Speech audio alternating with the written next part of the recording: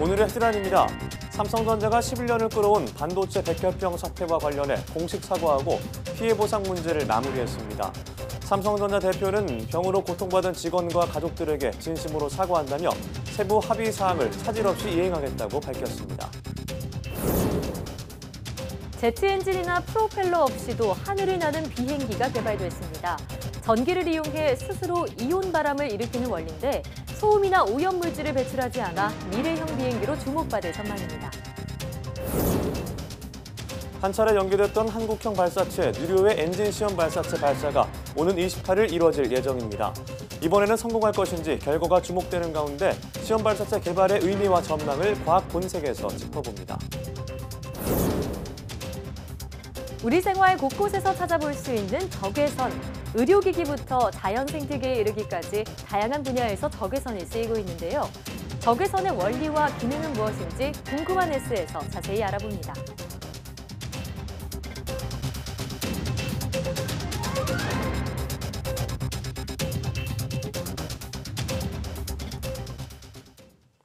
여러분 안녕하십니까? 사이언스 투데이입니다.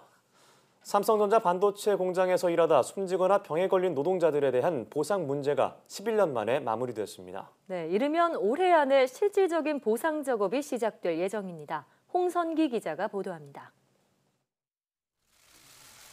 삼성전자와 반도체 공장 피해자 단체 반올림이 조정위가 마련한 보상안에 공식 서명했습니다. 중재안을 모두 받아들이고 이행 절차도 그대로 따르겠다는데 둘 다 동의한 겁니다. 양측이 피해 보상에 합의한 건 지난 2007년 삼성전자 기흥공장 반도체 생산 라인에서 일하던 황유미 씨가 급성 백혈병으로 숨진 지 11년 만입니다. 중재안은 지난 1984년 이후 삼성전자 반도체 공장에서 1년 이상 일한 사람을 대상으로 하고 백혈병 등 질병 유형별 보상액을 규정하고 있습니다.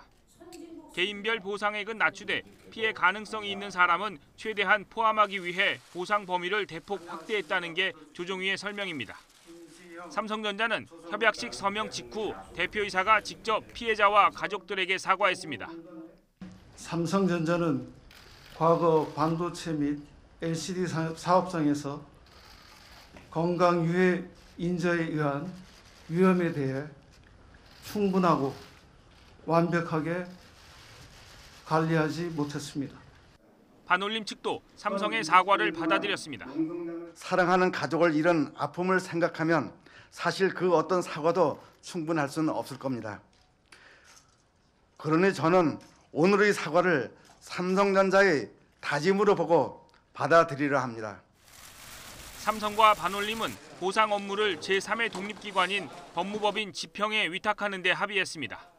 삼성이 내기로 한 기금 500억 원은 한국산업안전보건공단에 기탁하기로 했습니다. 양측의 합의를 바탕으로 한 실질적인 보상은 지원보상위원회가 꾸려지는 대로 이르면 올해 안에 시작될 수 있을 것으로 보입니다. YTN 홍선기입니다. 가습기 살균제로 피해를 본 871명이 추가로 특별구제개정 지원 대상자로 선정됐습니다. 환경부와 한국환경산업기술원은 서울 용산역 회의실에서 12차 구제개정 운용위원회를 열고 이같이 의결했다고 밝혔습니다. 이들은 지난 7월 위원회가 지원을 확대하기로 한 5개 질환 가운데 먼저 구제 기준이 확정된 성인 간질성 폐질환과 기관지 확장증 등 2개 질환 피해자들입니다. 위원회는 아직 구제 기준이 마련되지 않은 폐렴과 독성 간염, 천식 등 3개 질환에 대해서는 앞으로 빠르게 절차를 진행하겠다고 밝혔습니다. 특별 구제 개정 지원 대상자로 선정되면 요양급여, 요양생활수당, 간병비, 장의비, 특별 유족 조의금, 특별 장의비, 구제급여 조정금 등을 지원받습니다. 제트 엔진이나 프로펠러 없이 스스로 바람을 일으켜 날아가는 비행기가 개발됐습니다. 소음이 전혀 나지 않고 온실가스도 배출하지 않아 미래형 비행기로 자리 잡을지 주목됩니다. 최소라 기자입니다. 폭 5m, 무게가 2.5kg인 비행기가 완만한 선을 그리며 날아갑니다. 프로펠러나 엔진이 없는 간단한 구조의 이 비행기는 12초 동안 60m를 나는 데 성공했습니다. 100여 년 전 개발된 세계 최초 비행기의 첫 비행 시간과 비슷한 수준입니다. 엔진도 없이 비행기가 날 수 있는 건 스스로 일으킨 이온 바람 덕분입니다. 먼저 비행기 날개 밑에 있는 플러스 전선이 주변 공기의 전자를 빼서 이온 공기를 만듭니다. 그러면 플러스 전하를 띤 이온 공기가 뒤에 있는 마이너스 전선을 향해 빠르게 이동하면서 바람을 일으키는 원리입니다. One of the limits is the breakdown voltage of air, and that varies as a function of altitude. And we've worked out theoretically what the limits are to the thrust density, which is the amount of thrust force per unit area that's producible. 이온 바람 비행기는 시속 17km의 속도로 지상 50cm 높이로 나는 데 그쳤습니다. 연구팀은 또 이온 바람의 추진력에도 한계가 있을 수 있어 사람들이 타는 비행기가 아닌 교통을 감시하고 대기를 측정하는 드론으로 개발할 예정입니다. 특히 이온 바람 비행기는 택배용 드론의 문제로 꼽히는 소음이 발생하지 않아 미래형 친환경 비행기나 드론으로 각광받을 전망입니다. YTN 사이언스 최소라입니다. 정부가 개발도상국의 과학기술 자립도를 높이기 위해 우리나라의 과학혁신 경험을 전수하고 공동 연구개발 과제도 발굴해 나가기로 했습니다. 과학기술정보통신부는 서울 한양대에서 과학기술 공적개발 원조 ODA 국제 컨퍼런스를 열고 이 같은 내용을 담은 과학기술 ODA 활성화 방안을 발표했습니다. 이에 따라 카이스트와 같은 과기 특성화 대학의 운영 경험을 케냐와 에티오피아 등에 전수하고 스리랑카와 파키스탄 등에는 대덕특구와 같은 과학기술 혁신 클러스터 조성을 지원할 예정입니다. 또 감염병과 기후변화, 에너지 등의 문제를 해결하기 위한 연구 사업도 개도국과 함께 추진할 방침입니다. 이번 행사에서 반기문 전 유엔 사무총장은 과학기술과 이로 인한 혁신의 혜택은 취약층에게도 돌아가야 한다며 그 누구도 소외해서는 안 된다고 말했습니다. 성인 10명 중 6명은 가짜뉴스를 본 적이 있는 것으로 나타났습니다. 연세대학교 바른ICT연구소는 지난달 25일부터 이달 1일까지 성인 1,312명을 조사한 결과 이 가운데 60%인 795명이 가짜뉴스를 봤다고 답했습니다. 응답자들이 본 가짜뉴스의 출처는 유튜브 등 온라인 동영상 사이트가 20%를 차지해 가장 많았고 인터넷 커뮤니티 게시판과 네이버 다음 등 포털이 뒤를 이었습니다. 세계 기상기구는 지난해 지구의 이산화탄소 농도가 다시 최고치를 경신했다며 이 같은 추세를 되돌리기 위해 인류가 대응할 수 있는 시간적 여유는 점점 바닥나고 있다고 경고했습니다. 다음 달 폴란드에서 열릴 유엔 기후회의에서는 각국의 온실가스 감축을 위한 구체적인 지침 제정이 논의될 예정입니다. 박상남 기자의 보도입니다. 세계기상기구는 어제 발표한 자료에서 지난해 측정된 전 세계 이산화탄소 평균 농도는 405 ppm이라고 밝혔습니다.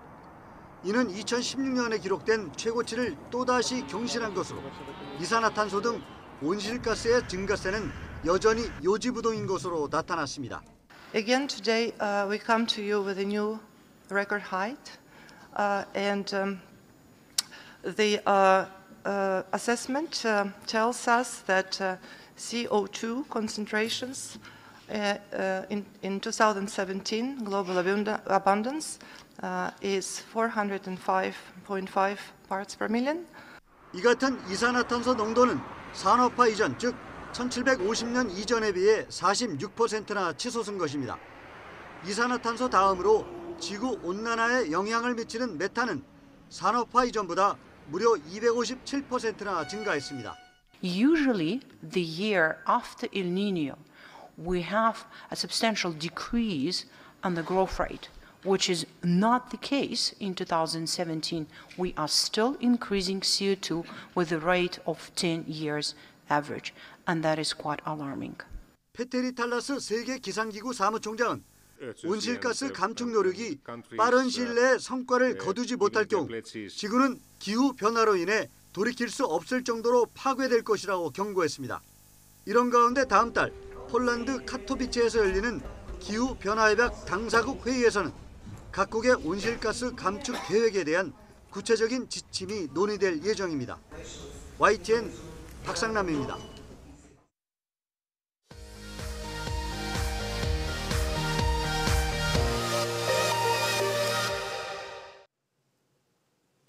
화제 뉴스를 골라 과학 기자의 시선으로 분석하는 과학 본색 시간입니다. 네, 오늘은 이혜리 기자와 함께하겠습니다. 어서 오세요. 안녕하세요. 네, 자, 오늘 준비한 첫 번째 소식은 뭔가요? 네, 자 다음 주면 한국형 발사체 누리호 엔진 시험 발사체가 발사될 예정이죠. 네. 오늘은 이 이야기에 대해서 자세히 나눠보도록 하겠습니다. 네, 네. 다 28일이죠. 다음 주 수요일로 예정이 되어 있더라고요. 네, 맞습니다. 정확히는 28일 오후 4시 전남 고흥 나로우주센터에서 발사될 예정입니다.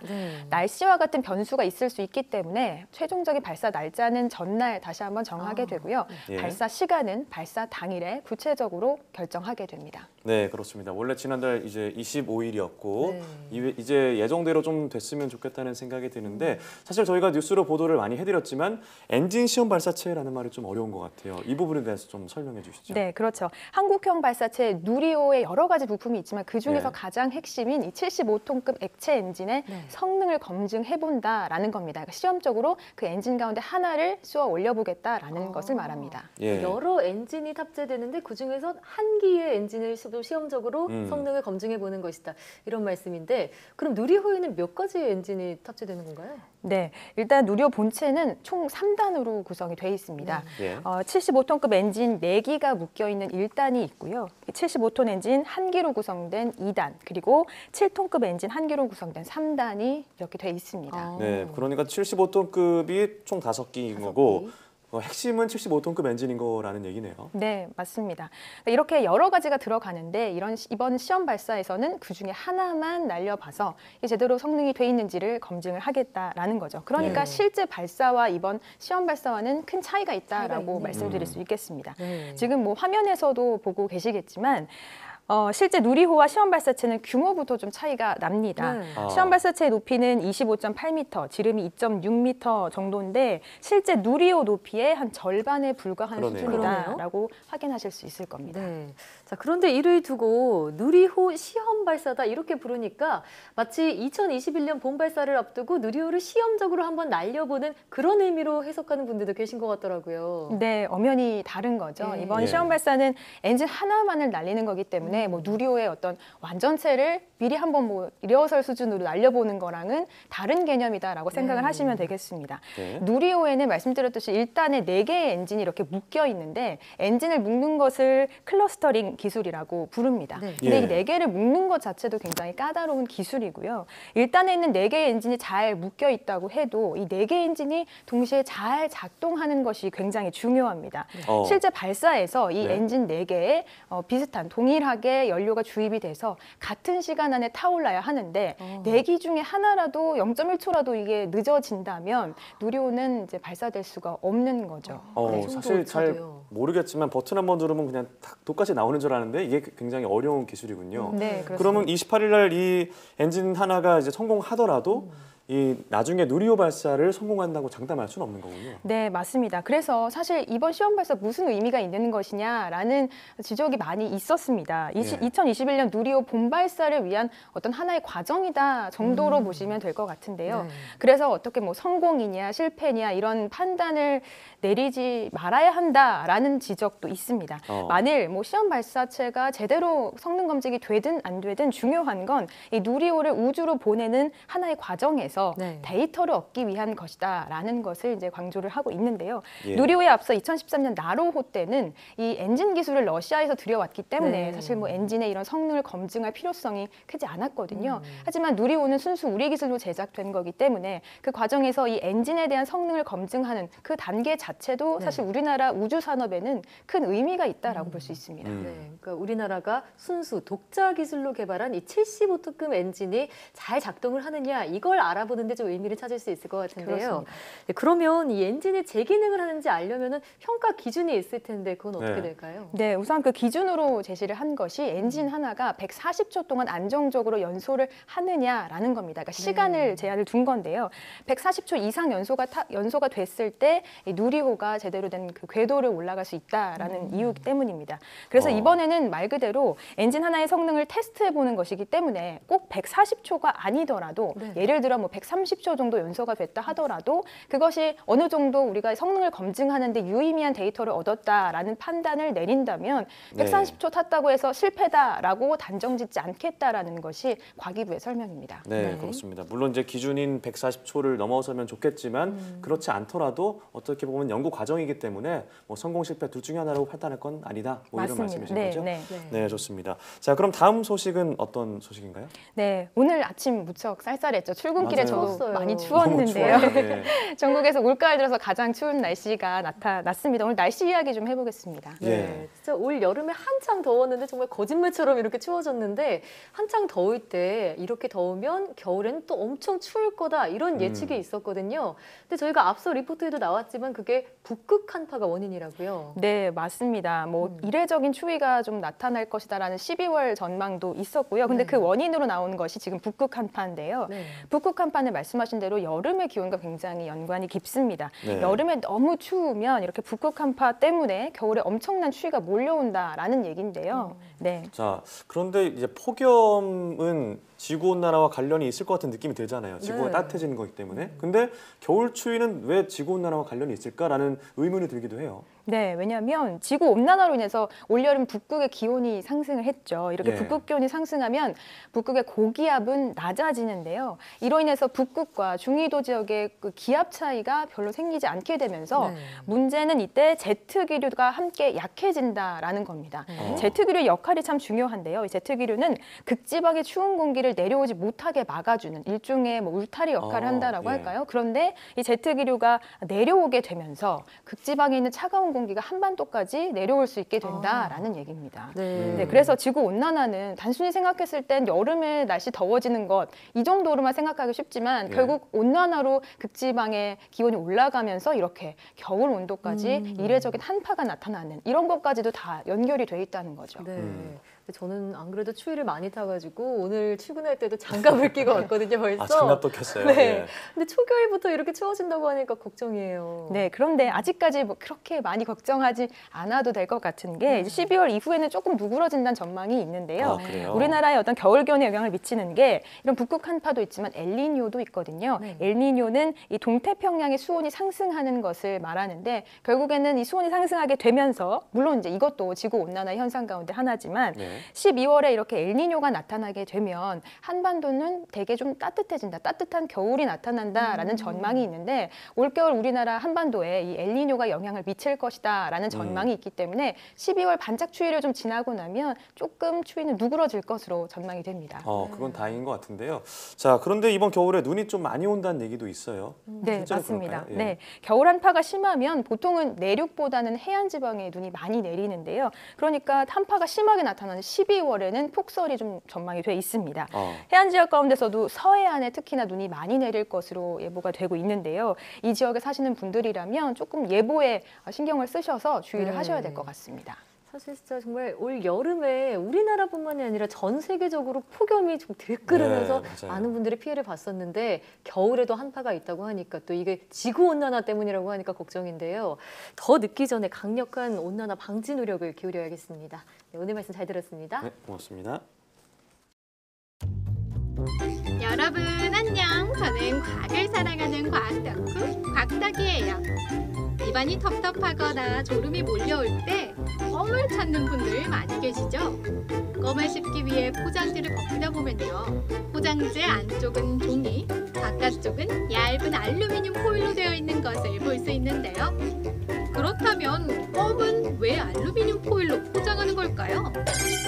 열 전도율이 높은 알루미늄 포일은 바깥에서 들어오는 열을 빠르게 내보내고 부식이 잘 되지 않는 특징이 있는데요. 이런 특징을 이용해서 껌의 수분이 날아가는 것을 막기도 하고요. 습도가 높을 때는 반대로 껌이 눅눅해지는 것을 방지해주기도 한답니다. 껌뿐만이 아니라 과자 봉지나 라면 봉지에서도 알루미늄 포일이 사용되는 것을 볼 수 있는데요. 정말 유용하죠? 오늘 곽덕이는 여기서 마칠게요. 여러분 또 만나요.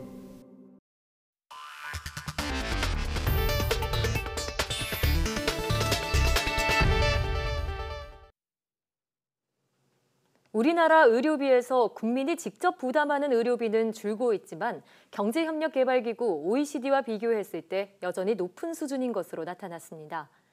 한국보건사회연구원이 OECD 건강통계 2018 보고서를 분석한 결과 2016년 기준으로 우리나라 의료비 중 가계 직접 부담 비중은 33.3%로 5년 전보다 1.3%포인트 하락했습니다.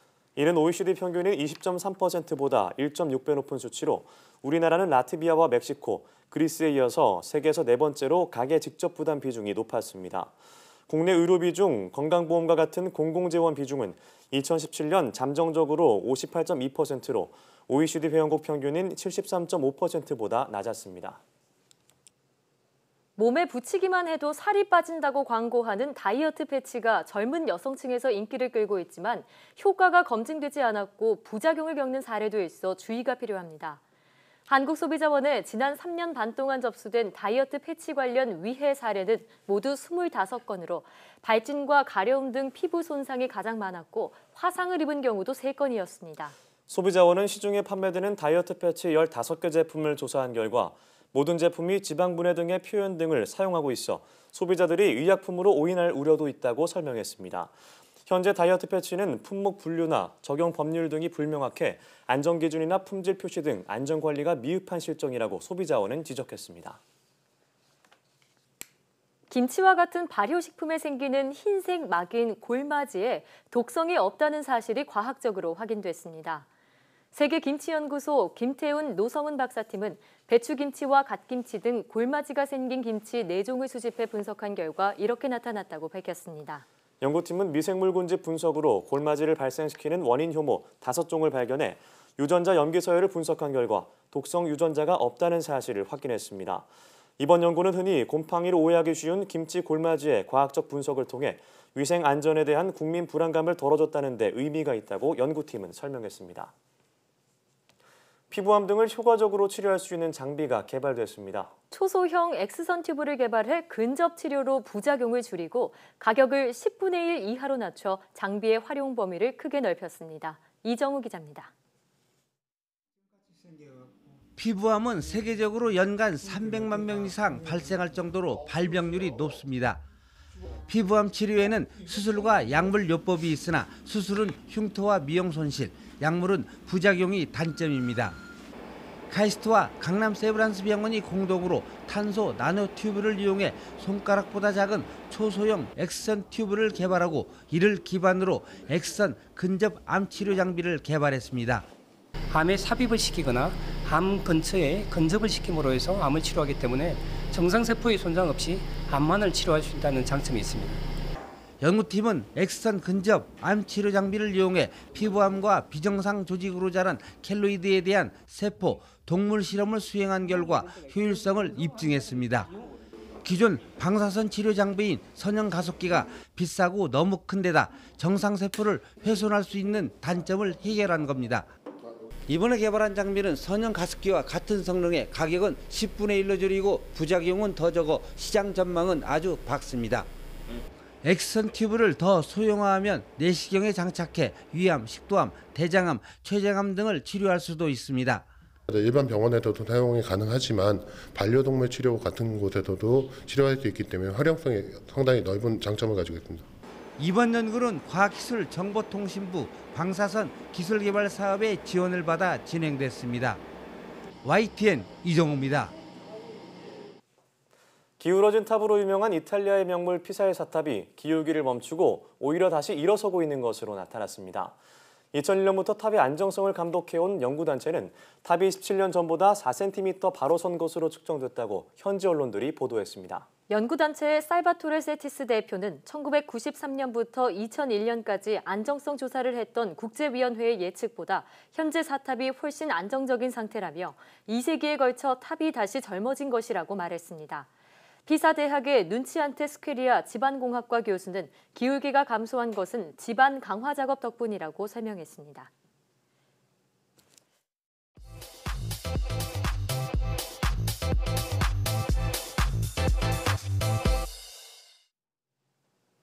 과학에 대한 모든 궁금증을 풀어주는 궁금한 S 시간입니다.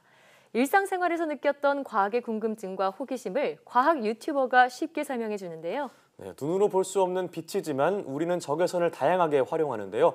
적외선의 원리는 무엇이고 어떻게 유용하게 쓰이는지 지금 바로 화면으로 만나보시죠. 안녕하세요. 과학의 모든 궁금증을 해결하는 궁금한 S의 이호종입니다. 궁금한 S와 함께할 오늘의 이야기 만나볼게요. 요즘 일교차가 큰 날씨 때문에 감기 걸리신 분들 많으시죠? 저도 얼마 전에 감기에 심하게 걸려 병원에 다녀왔는데요. 특히 목감기가 심해서 의사 선생님께 목이 부은 것 같아요, 목이 아파요 라고 말씀드렸더니 이 치료를 하라고 하시더라고요. 감기에 걸려서 이비인후과를 방문해 보신 분들이 있으시다면 한 번쯤은 보셨을 거예요. 바로 적외선 치료기죠. 적외선 치료기를 목에 대고 5분 정도 가만히 있으면 되는 간단한 치료입니다. 그런데 여러분, 궁금한 게 있어요. 대체 우리 몸에서 적외선이 어떤 일을 하길래 적외선으로 아픈 부위를 쬐고 있는 것이 치료에 도움을 줄 수 있는 걸까요? 그래서 오늘은 적외선이 우리 몸에서 어떤 일을 하는지와 어떻게 활용되는지에 대해서 알아보도록 하겠습니다. 그럼 일단 적외선에 대해서 먼저 알아봐야겠죠. 적외선은 이 세상에 존재하는 다양한 종류의 전자기파들 중 가시광선보다는 파장이 길고 마이크로웨이브보다는 파장이 짧은 영역의 전자기파입니다. 여기서 잠시 적외선을 품고 있는 스펙트럼, 전자기파 스펙트럼에 대해 간단히 들여다보도록 하겠습니다. 전자기파 스펙트럼은 말 그대로 전자기파를 펼쳐놓았다는 의미가 있어요. 전자기파는 파동이기 때문에 1초에 몇 번 진동하는지에 관한 값, 진동수를 가지게 되는데요. 같은 1초 동안 많이 진동하면 진동할수록 에너지가 높은 전자기파고요. 적게 진동하면 진동할수록 에너지가 낮은 전자기파입니다. 그림을 통해 에너지가 낮은 전자기파부터 높은 전자기파 순으로 스펙트럼을 나열해보면 가장 에너지가 작은, 다시 말해 진동수가 가장 낮은 전자기파부터 장파, AM, FM 라디오파, 마이크로파, 적외선, 가시광선, 자외선, X선, 감마선 순으로 나열됩니다.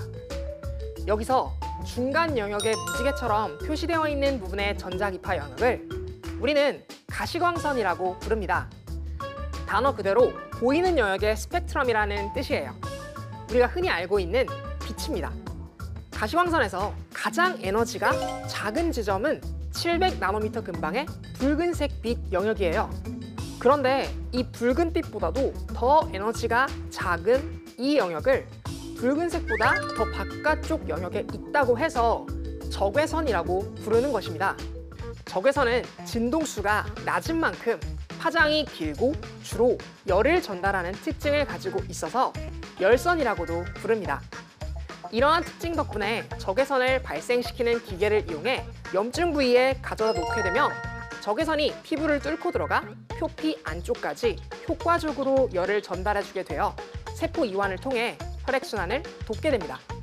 이는 곧 면역력 향상으로 이어지기 때문에 감기를 치료하는 이비인후과는 물론 관절염증이나 허리 통증을 완화시키는 용도로 재활의학과, 통증의학과에서도 볼 수 있어요. 적외선은 의학 외에도 많은 곳에서 이용되고 있습니다. 빈의 별이 법칙에 따르면 생명체가 가지고 있는 온도 부근에서 가장 많이 발생하는 전자기파가 바로 이 적외선인데요. 그러한 이유로 체온을 가지고 있는 동물이라면 체내에서 적외선을 방출한다는 특징을 가지고 있죠. 이렇게 방출된 적외선을 이미지화할 수 있는 적외선 센서를 이용하면 체온을 가지고 있는 생명체의 위치 및 온도의 분포를 시각화할 수 있습니다. 그런데 정말 놀라운 것은 이러한 센서의 도움 없이도 적외선을 볼 수 있는 동물들이 지구에 존재한다는 것입니다. 대표적으로 방울뱀을 들 수 있습니다. 방울뱀은 적외선을 통해 사냥감을 찾아냅니다. 그러한 이유로 방울뱀 근처에 성냥불을 갖다 대면 성냥불에서 나오는 적외선을 따라 추격해오는 방울뱀을 볼 수 있습니다. 인간이 감지하는 가시광선의 파장은 400에서 700나노미터인데요. 하지만 방울뱀은 그것의 10배에 달하는 넓은 범위의 적외선의 파장, 약 5000나노미터의 파장 영역까지 감지할 수 있다고 합니다. 방울뱀의 콧구멍 아래에는 수천 개의 열 수용체를 가진 골레이 세포라는 조직이 존재하는데요. 방울뱀은 바로 이 골레이 세포를 통해 사냥감의 위치를 감지합니다. 방울뱀이 적외선을 흡수하면 볼레이 세포가 팽창하면서 전기가 발생되고 이 전기를 이용해 0.03초 내 주위에 동물이 있는지 없는지를 파악하는 것이죠. 또한 적외선은 리모컨 앞에 있는 적외선 LED를 이용해 TV나 에어컨을 켜고 끌 수 있는 근거리 통신에 이용되기도 합니다. 고속도로를 통과할 때 흔히 볼 수 있는 하이패스의 경우에도 RF 전파와 동시에 적외선을 활용해 정보를 주고받는 것이랍니다. 사실 적외선은 군사 목적으로도 많이 사용되는데요. 어두컴컴한 공간 속에서도 체온에 의해서 사방으로 적외선을 방출시키는 생명체의 특성을 이용해 적외선 카메라를 이용하면 손쉽게 위치를 감지해낼 수 있습니다. 이는 현대 야간 전투에서 매우 중요한 능력이 될 수 있죠. 또한 미사일을 유도할 수 있는 트래킹 시스템에도 이 적외선이 유용하게 쓰일 수 있답니다. 생각보다 여러 분야에서 적외선이 쓰이고 있죠. 우리의 눈으로 보이지 않아 쉽게 다가오지 않았던 전자기파, 적외선의 용도에 대해 궁금한 S와 함께 알아보았습니다. 적외선에 대해 조금은 더 친숙하게 다가갈 수 있었던 유익한 시간이 되셨기를 바라면서 궁금한 S는 이만 인사드리도록 하겠습니다. 과학에 대한 궁금증이 있다면 언제든 사이언스 투데이 페이스북에 댓글을 남겨주세요. 이상 궁금한 S였습니다.